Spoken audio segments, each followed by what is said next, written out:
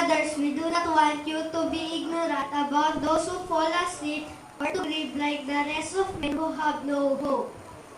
We believe that Jesus died and rose again, and so we believe that God will bring with Jesus those who fallen asleep in Him. According to the Lord's own word, we tell you that we who are still alive, who are left till the coming of the Lord, will certainly not precede those who those who have fallen asleep. For the Lord Himself will come down from heaven with a loud command, with the voice of archangel, with the trumpet call of God, and the dead in Christ will rise first. After that, we who are still alive and are left will be caught up together with them in the clouds to meet the Lord in the air.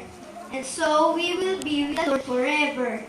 Therefore, encourage each other with these words.